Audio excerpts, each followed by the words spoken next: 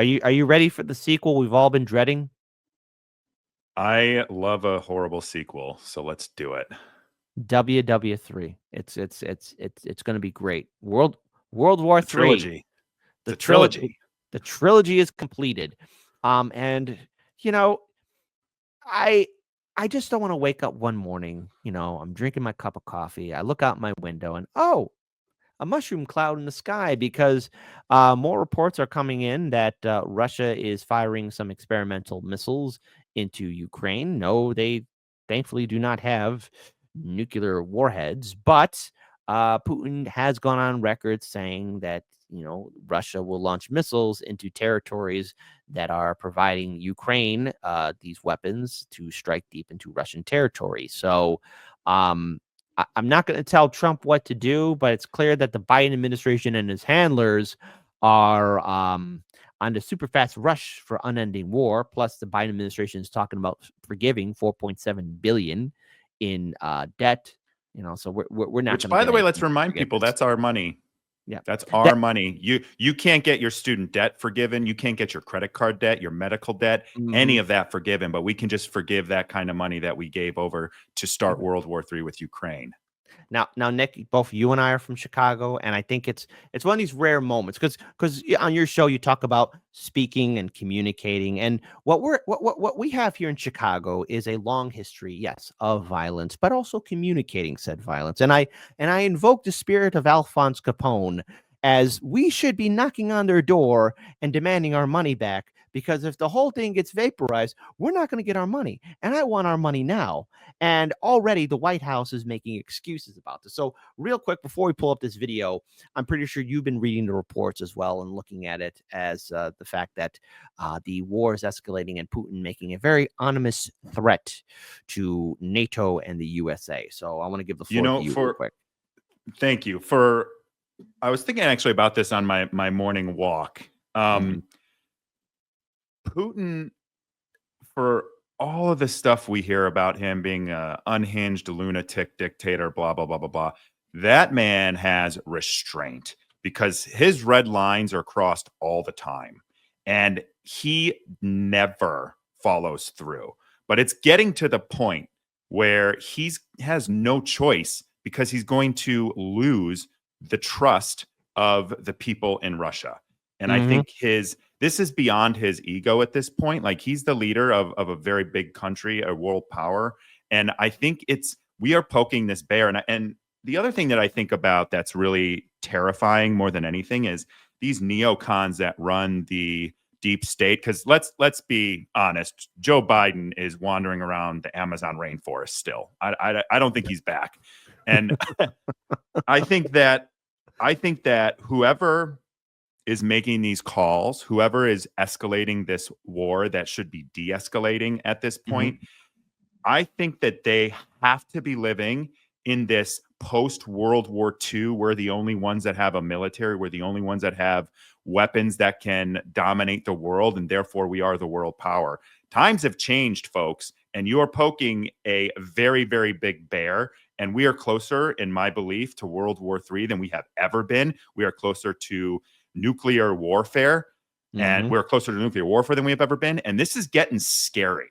Like, this is getting really scary because it Mhm. only takes one ballistic missile, and all of a sudden the whole world's back in this because we've already seen the lines drawn on who's allies and where people stand. And I think this could happen very, very quickly. And we have been sleepwalking in this direction for years at this point. Mhm. And I'm at the point now where the only logical thing I can come up with is these people in the deep state are idiots that think we are still running the world and the only one capable of military action. I've I've been listening a little bit to different perspectives in regards to this conflict and you know um not to be paranoid or throw out a conspiracy theory, but this feels like the Biden's administration's last desperate attempt to make sure that there is not a peaceful transfer of power and make things very difficult for Trump to where he has no choice but to continue on with the war. And look, when you have people like Alex Jones saying like, yeah, no, Trump is going to be handed this war, and the Biden administration is just intensifying it. And I have my criticisms of AJ, but This is not how an outgoing administration should be leaving Mm-mm. the presidency. If anything, a stronger force of hand and power would be Biden and Kamala Harris and the remnants of their administration doing everything they can to get a ceasefire in Ukraine, to get a ceasefire in Gaza. And instead, they're intensifying it to the point to where could there be a global conflict? Will there not be a transfer of power between Biden and Trump? I do not support this. And yet here you have the White House press secretary who is pretty much being dismissive about it. Let's go ahead and pull up this video here. We'll play it halfway through. And can you talk about the decision to loosen restrictions on long-range weapons for Ukraine? So just a couple of things there that I do want to add is I want to be really clear. I'm not going to get into specifics about Ukraine's operation from the podium today. That is not something that we're going to do, and that's not something we normally do. What I will say is something I'll just reflect on something that the National Security Advisor, Jake Sullivan, said earlier this week, which was the major escalation we're seeing is that Russia has gone to another country from another part of the world. North Korea brought in thousands of their troops to the front lines and have added them into this war. This is a significant change and one that we warned the Russians about before they did it.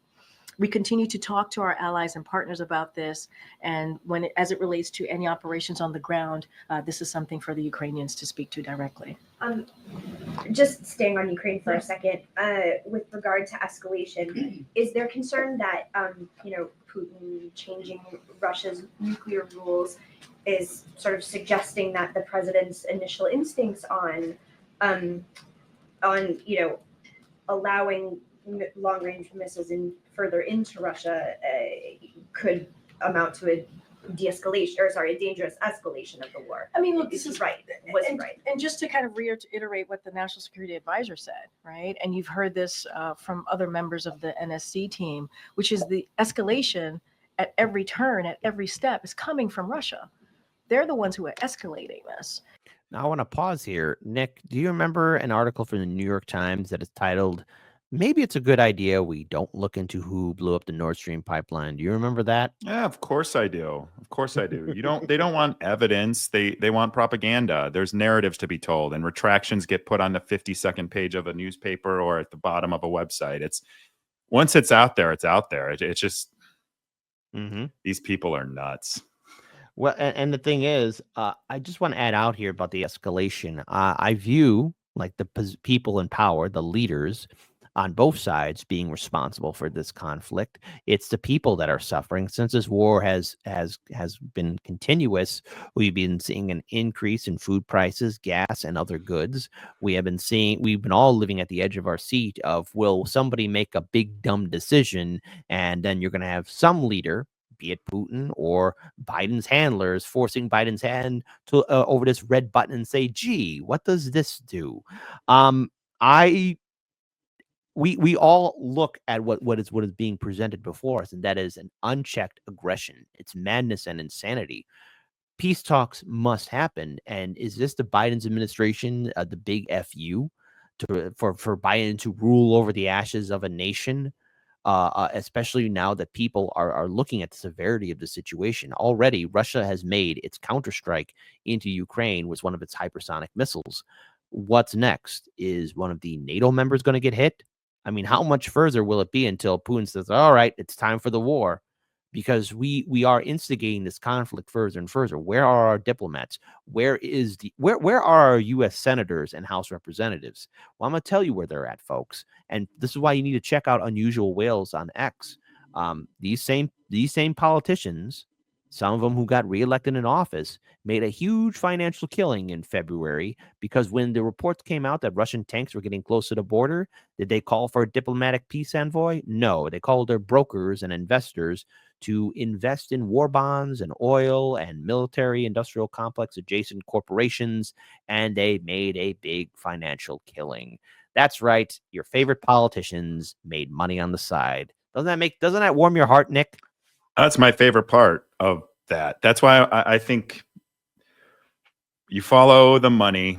It's Mhm. always telling the truth. It's probably the only thing that is always telling the truth. Mhm. It's always about the dollars. It's always about the money. It's always about profit. Let's continue on with a little bit more because hopefully there will be peace. Maybe I don't know. Trump, I'm not going to tell you what to do, but maybe you should be sending out your envoys and be like, "Hey, look, let's just put this on pause and talk to me." I don't know. I'm just shooting from If the I hip here. was Trump and I was seeing this escalation, I would immediately start acting as if I was already president and use the bully pulpit that I have as president-elect to immediately call for peace, to stop the weapons, that there will Mhm. be no debt forgiveness, and just lay out in bullet points what needs to happen because he's going to become president. So Mm.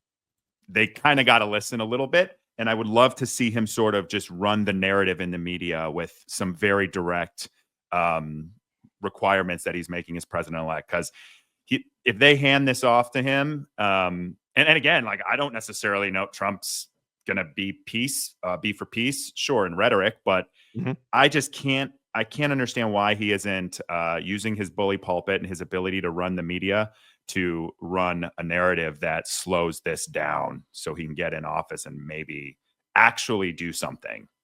Agreed. Agreed. Yeah, use the bully pulpit, and I would say to everyone across the political spectrum, whether you're libertarian, whether you are a Democrat, whether you're a Green Party voter, whether you are a Trump supporter, Republican, doesn't matter where you stand. As a socialist, independent, boomer, Gen Xer, millennial, Gen Z, no matter color your skin or who you worship, it is in the best interest of every single sovereign citizen in the United States to, oh, I don't know, maybe just really make your voices heard and do an anti-war movement for this, oh, not only for today, but for it to be continuous.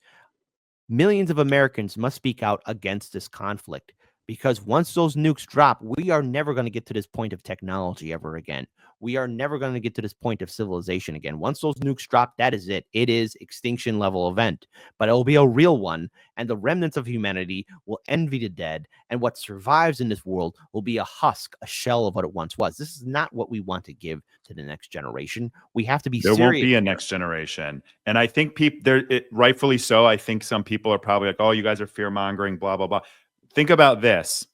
If a nuke is dropped from any side, all these countries have nukes. Yep. Are they really not going to retaliate? And then what's the retaliation to that? If we don't have the ability and the patience to not drop the first one, we definitely don't have it to not drop the next one. Exactly, and I just want to point out to people, and I mentioned this on the show before, but and I'm gonna put this video down because we're gonna play the rest of it very soon. But in 2020 I visited Hiroshima and I was in the Peace Museum, and um I still have photos of it, and I did like a 40-minute video, and it's available to our patron supporters, but walking walking into the museum, I wasn't ready for it. And I wasn't ready to see the paintings, the pictures, the statements, the videos, and the artifacts. What one artifact in particular seems like almost from an H.P. Lovecraft nightmare. Mm. And it's just this one thing. And again, everything. It is not for the faint of hearts. You will walk out of that museum a changed person, and it will stay with you. It still stays with me to this very day. But one of the artifacts that still stands out to me is the ink bottles, and there are these empty, clear ink bottles that have been fused that look like a honeycomb, and in it, there's a statement in there where one of the owners who was out of Hiroshima at the time, who went to go in to do cleanup, found his ink bottles fused like a honeycomb, and the statement that he wrote there is, "How hot was it for this to be formed?" Because it is it and it just that's a state. How hot was it? And you see the pictures of the people who were victims of the atomic bomb of Hiroshima. I want everyone to know the weapons we have now make the bombs that the United States dropped over Hiroshima and Nagasaki seem like firecrackers. We have weapons that destroy the world 1,000 times over. Russia has nukes, China has nukes, North Korea has nukes, certain member nations of the European Union have nukes, we have nukes.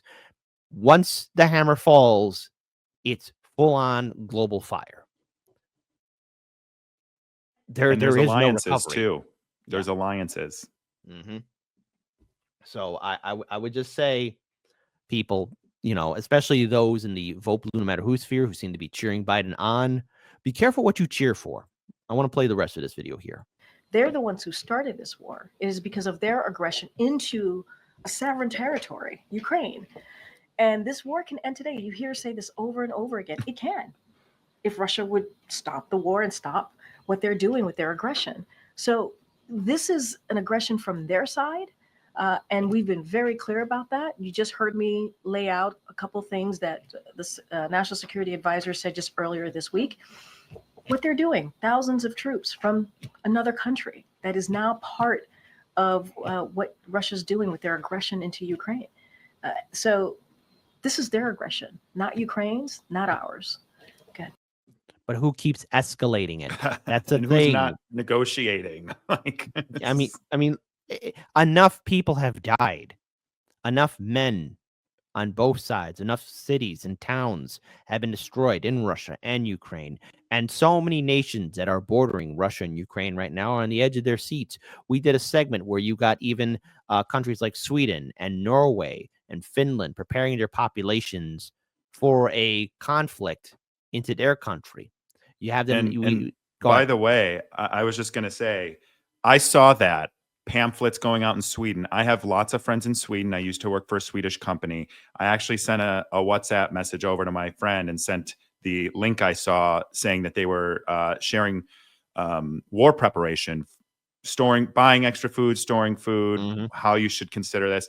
And she said it's true. She hadn't received her mailer yet, but she had seen it and other people in her life had.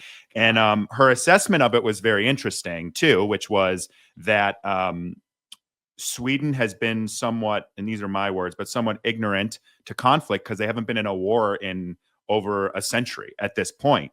And so her assessment was this could just be like kind of starting to wake us up to the fact that, hey, there's conflict. And even though none of us and our parents haven't been in it, it exists. But the fact that we have countries that are in Europe being fed war prep material, survival guides and suggestions, that's pretty unprecedented for modern times, or most of us that are still living on this earth. That's crazy. I just keep saying it's crazy because I hear this stuff out loud, and when I have it in my head, I'm like, this is crazy. And then you hear it out loud, and it's like, it's really freaking crazy. And I'm rather to say the shock of how the media has also been handling this too, because remember, all the what I have to say is, where's the anti-war movement? Why do you think we don't have one? That's what why do you think we don't have one? Do you think I'm literally asking this because I wonder this all the time. Do you think that our country is just so desensitized to it? I think it's definitely because of the media, but when you look at independent media, it's widely reported on. I don't think I've watched an independent media show that hasn't talked about war in 5 years in every episode. All right. I know, and I want to give a huge shout out to my colleagues such as Do Dissidents, INN, Jimmy Dore, RBN. I mean, like Heartland's Media, we've talked about the war in Ukraine, the genocide in Gaza, and there's a lot of other channels that are doing the same thing too. Shout out to Matt Weinglass. Shout out to all of our colleagues. All right. Shout out to Larry Sharp because he's talked about it too. And he's libertarian. So yes, there's people across the political spectrum that are talking about mainstream media, the anti-war movement.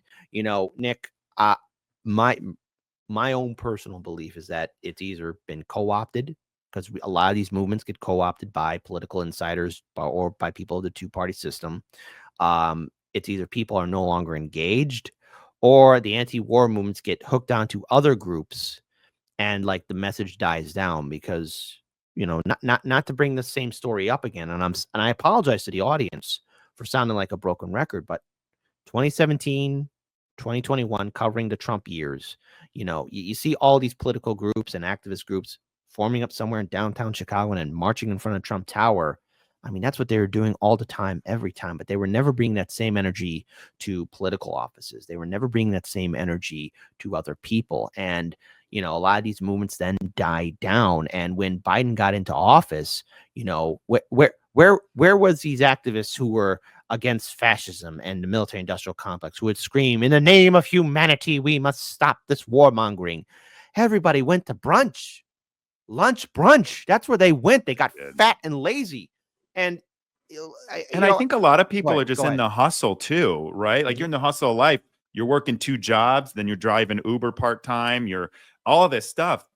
I don't think people have time. I don't think they're given the information. I don't think it's good information when they do get it a lot of cases. And I think we also have this ignorance because we haven't had war on our ground. You could say 9/11, right? On our land since Pearl Harbor. So Mhm. I don't think we understand, even the videos that people see. I don't think we understand how serious this is. And that if World War III breaks out, we're going to have that on our country as well.